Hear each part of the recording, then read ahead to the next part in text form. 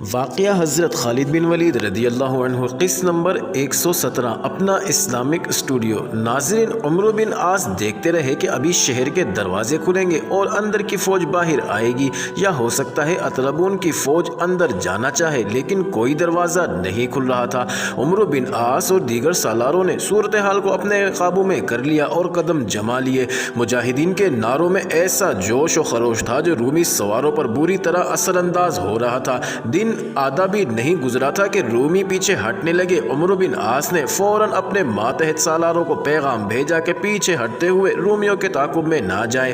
کچھ دیر بعد اطربون کی یہ فوج لاشوں کی اچھی خاصی تعداد اور زخمی چھوڑ کر پیچھے ہٹ گئی، اور مجاہدین کو پھر ترتیب میں کر لیا گیا، اور باقی دن لاش اٹھانے میں گزر گیا، اور جو شدید زخمی تھے انہیں بھی اٹھا کر لے، اور لشکر کے ساتھ جو خواتین تھی انہوں نے زخمیوں کی دیکھ بھال شروع کر دی۔ عمرو بن عاص نے اپنے جاسوس یہ دیکھنے کے لیے بھیج دیے کہ اطربون کی فوج کہاں ہے۔ میدان جنگ میں صاف نظر آ رہا تھا کہ رومیوں کی اموات خاصی زیادہ ہوئی ہے۔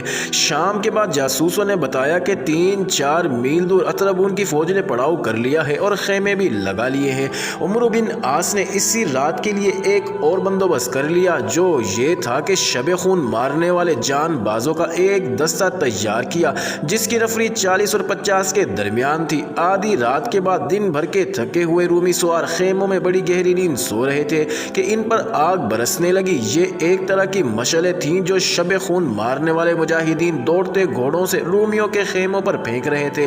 یہ صرف 40-50 جان بازوں کا شب خون تھا۔ رومی اپنے گھوڑوں کو خشک گھاس کھلایا کرتے تھے جو وہ ساتھ لائے تھے۔ کسی جان باز نے ایک مشعل گھاس کے درمیان پھینک دی اور خشک گھاس جل اٹھی۔ یہ آگ بڑی تیزی سے پھیلنے لگی۔ گھوڑوں نے قیامت کا شور و غلبہ کر دیا اور وہ رسیاں تڑا تڑا کر بھاگنے لگے۔ ادھر خیمے تو چند ایک ہی جلے تھے، لیکن سارے لشکر میں ادم بپا ہو گیا۔ مشعلیں کوئی زیادہ نہیں پھینکی گئی تھی، چند ایک ہی تھی، لیکن رات کو خیموں اور خشک گھاس کے اٹھتے شعلوں نے بڑا ہی دہشت ناک منظر بنا دیا تھا۔ جان بازوں نے رومیوں کو نیند سے جگا کر خیموں سے نکلتے اور بھاگتے دوڑتے دیکھا تو سرپٹ گھوڑے دوڑاتے 2-3 رومیوں کو برچھیوں اور تلواروں سے گھائل کرتے دوڑتے ہی چلے گئے، اور اس طرح رومیوں کا خاصا نقصان کر کے واپس آ گئے۔ عمرو بن عاص نے جان بازوں کا ایک پورا دستہ تیار کر رکھا تھا، جسے آگ پھیلانے اور شب خون مارنے کی خاص طور پر ٹریننگ دی گئی تھی۔ اگلے روز اطربون حملہ کرنے کے قابل نہ رہا۔ مورخ لکھتے ہیں کہ اس شب خون میں رومیوں کا جانی نقصان کوئی ایسا زیادہ تو نہ تھا کہ وہ اگلے روز حملے کرنے کے قابل نہ رہے تھے، لیکن ہوا یہ کہ اطربون کی ساری فوج پر مسلمانوں کی ایسی دہشت نظر آتی تھی جسے اطربون نے خاص طور پر محسوس کیا، اور اس روز حملہ ملتوی کر دیا۔ ناظرین، عمرو بن عاص نے بلبیس کے محاصرے کو برقرار رکھا اور نظر رکھی کہ کوئی دروازہ کھلے گا اور فوج باہر آئے گی، لیکن ایسا نہ ہوا۔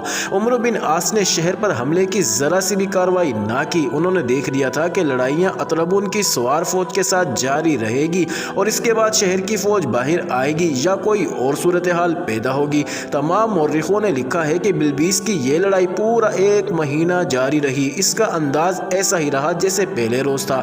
اطربون اپنے سواروں سے حملہ آور ہوتا تھا، اور مسلمان نہایت اچھی ترتیب میں آ کر اس لشکر کا مقابلہ کرتے اور پہلوؤں سے اس پر حملہ آور ہو کر اس کا اچھا خاصا جانی نقصان کر دیتے۔ عمرو بن عاص نے 2-2 4-4 راتوں کے وقفے سے رومیوں کے کیمپ پر شب خونوں کا سلسلہ جاری رکھا۔ رومی رات کو پہرا تو بہت کھڑا کرتے تھے، لیکن شب خون مارنے والے جاں باز پھر بھی اپنا کام کر آتے تھے۔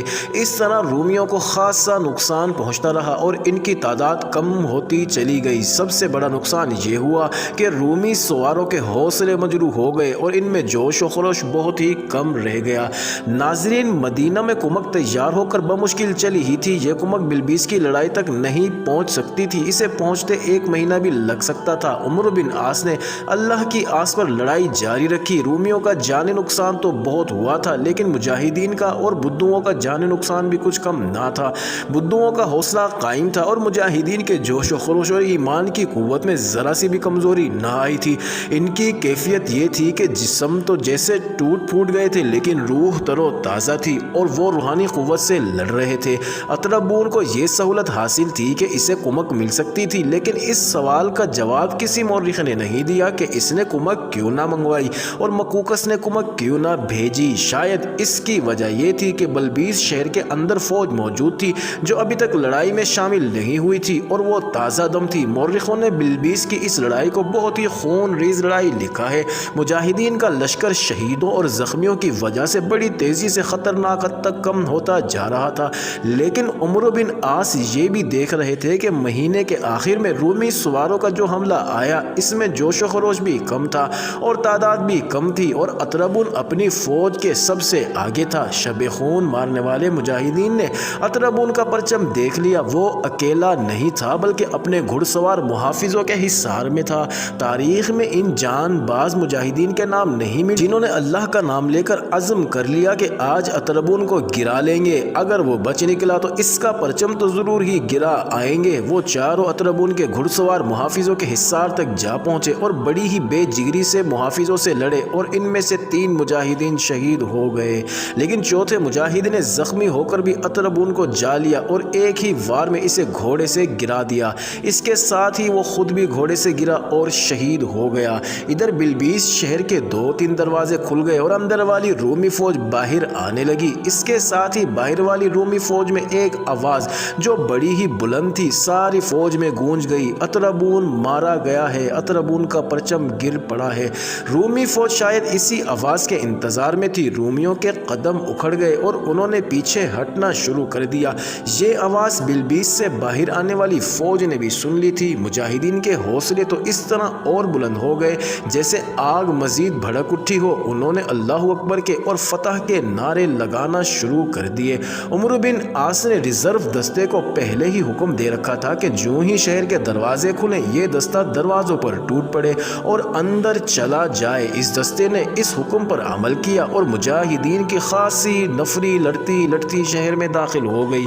ادھر رومی سوار سرپٹ بھاگ اٹھے۔ یہ حالت دیکھ کر بلبیس کی جو فوج باہر آئی تھی وہ بھی شہر کے اندر آنے کی بجائے بڑی بری طرح تتر بتر ہو کر گھڑ سواروں کے پیچھے دوڑتی چلی گئی۔ مجاہدین کا لشکر شہر میں داخل ہو گیا۔ شہر کے اندر تاریخ کے مطابق 3000 اچھے بھلے رومی فوجیوں نے مجاہدین کے آگے ہتھیار ڈال دیے اور قید قبول کر لی۔ باہر اطربون کی لاش اٹھانے والا بھی کوئی نہ تھا۔ پہلے بیان ہو چکا ہے کہ اطربون کوئی عام سی قسم کا جرنیل نہ تھا۔ اس کی جنگی فہم و فراست اور دشمن کو دھوکہ دینے کی صلاحیت میدان جنگ میں مکاری اور چال بازی کو تاریخ آج بھی یاد کرتی ہے۔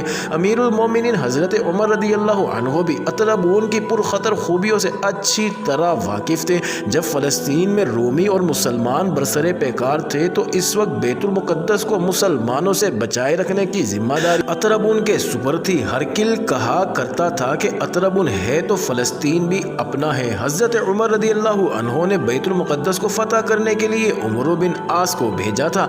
امیر المومنین اس سپہ سالار کی خوبیوں اور صلاحیت سے آگاہ تھے اور انہیں توقع تھی کہ اطربون کا مقابلہ صرف عمرو بن عاص ہی کر سکتے ہیں۔